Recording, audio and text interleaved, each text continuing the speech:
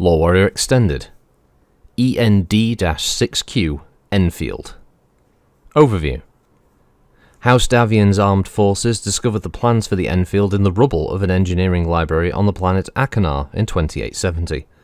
Unfortunately, the warring great houses had by that time lost the ability to build the advanced LB-10X autocannon, the endosteel chassis, and XL engine technology.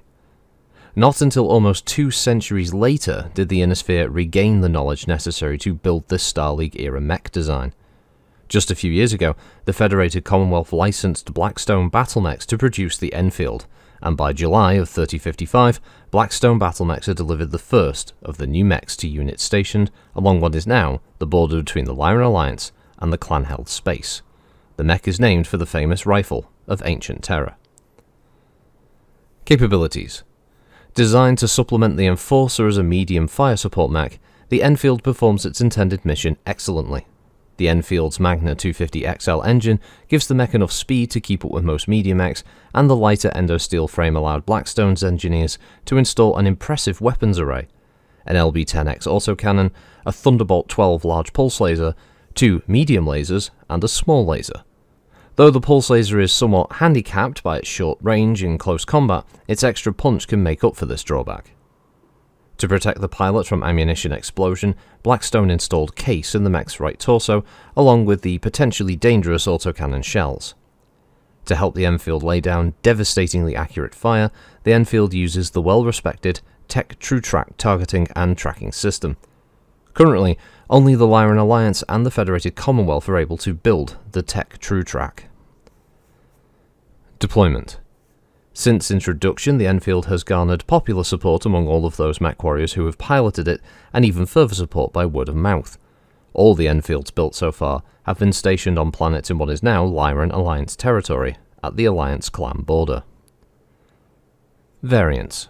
Reportedly, Blackstone is hard at work on a jump-capable version of the Enfield. The most probable design changes will replace the large pulse laser with a standard large, and remove the small laser altogether.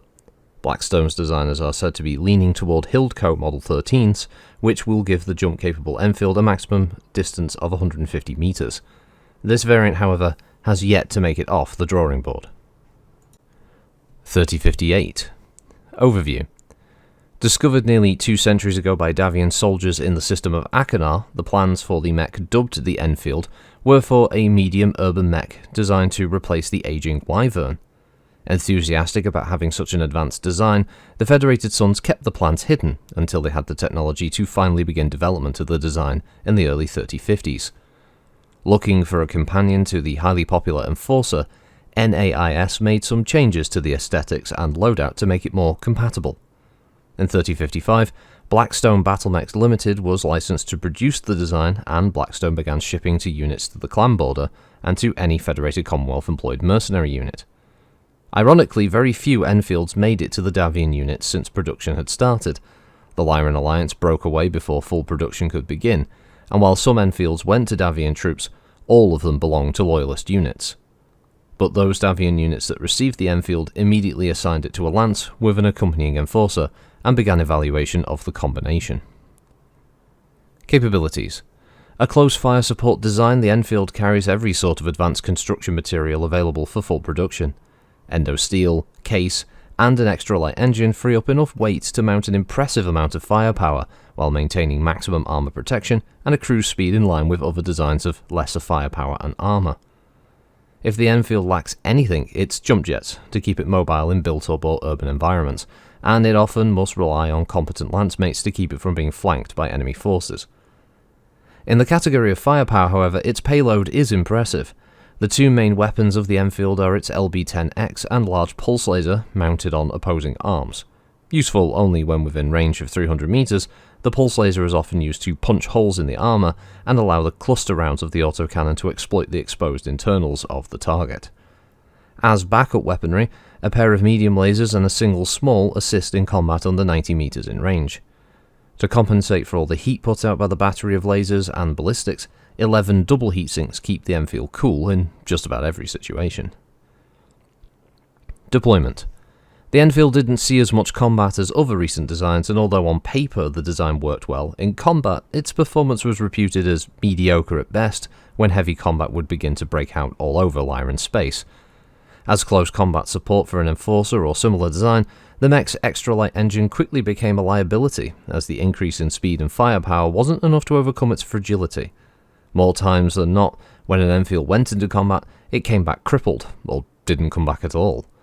Commanders began holding this battle mech back in reserve until the battle was at its most intense, hoping that the opposition would be too damaged to incapacitate the Enfield, or at least have their focus on sturdier targets, while Enfields would provide support fire. After the war, many commanders began to quietly transfer Enfields to reservist and militia units in favour of more hearty medium machines. Variants. Early on, Blackstone realised the possible fragility of the Enfield and began offering the 6J version in 3060. Taking out the small and A medium laser, the large pulse is replaced with a longer-ranged standard version of the laser. With the extra weight available, 5 Hildco Model 13 jump jets were expected to make the Enfield harder to hit, increasing its survivability. Though better than the original, pilots are still not satisfied with the 6J, and Blackstone is currently experimenting with designs using a sturdier light engine, but nothing other than a prototype, known as the 6S, has been produced. This prototype uses a standard large laser instead of a pulse, and removes a heatsink to compensate for the heavier engine.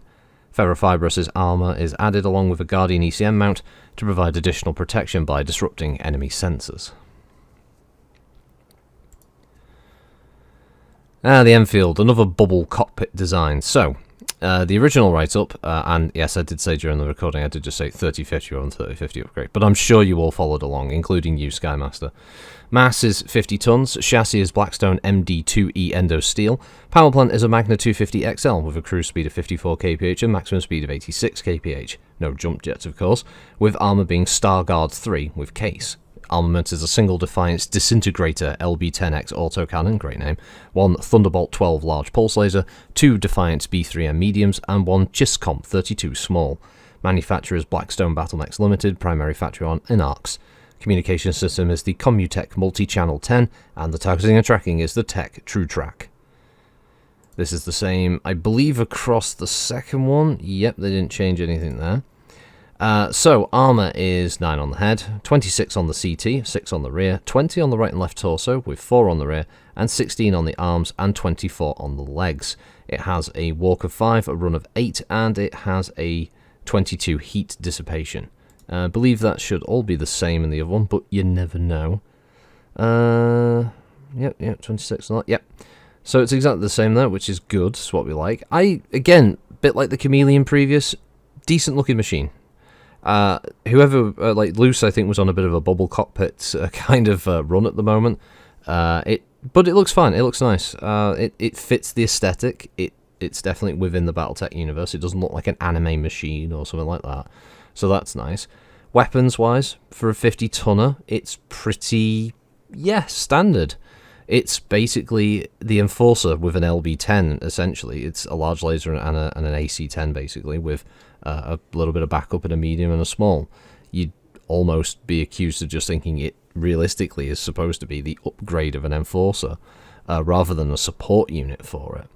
The other write-up is interesting in that it mentions that some of the machines were meant to go to Davion, whereas the original write-up just says, no, it's only seen in Lyran space. But it's not bad as far as an update goes. It makes sense that some, maybe a handful of these things, and by a handful, a few dozen, let's say, maybe more, were able to be delivered to the Federated Suns before all production just shut down and was only within Lyran space or Federated Commonwealth? No, Lyran Commonwealth space. So, sorry, it's having a bit of brew. So it feels a bit more realistic in that respect. But again, much like the Chameleon, the write-up between the two is only slightly different. No, sweeping changes, no word of Blake spies, no craziness that changed the whole write-up or altered the build. It's interesting that even the variants in the updated book doesn't really mention any massive changes, which, for me, definitely paints the Enfield as a trooper mech. And trooper mech is my catch-all term for a machine that you can use as a GM as a threat for the players more regularly, something that they can encounter, they get familiar with, they know the strengths and weaknesses of it. It's not bad by any stretch. It can still cause you some harm, but you know where you stand. I mean, other troop mechs are things like the Centurion, the Quick Draw. You know, you've got designs like those that are immediately evocative of something that's a trooper. Enforcers is another good one. Trebuchets, just things that are more common on the field. And yeah, they have a pretty generalized kind of weapons loadout. There's nothing kind of specific about them that makes them run in a certain role. So yeah, this is definitely another one of those machines. So I quite like it personally. I'm sure there are people who will definitely dislike the fact that it's got an XL engine, which honestly I don't count that as being as big a detriment on tabletop. Yes, there could be the chance that within 2 turns of fire, all of the shots go into one of the side torsos, goes internal, and yeah, you cause a crit that blows up the side torso.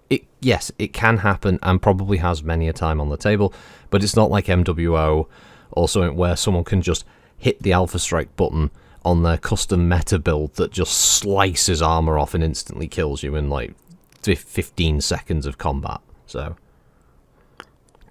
at least on the table you have a chance of being able to maneuver around, use cover, you know, run away, even get into melee combat, which is something you don't obviously see in a lot of the game. So there are a lot of differences there. So I don't count XL engines as being as big a detriment as they are in sort of the digital space, let's say. So yeah, anyway, once again I've rambled too long. I'm sure you've all got better things to be doing, like paying attention to the traffic. Look out!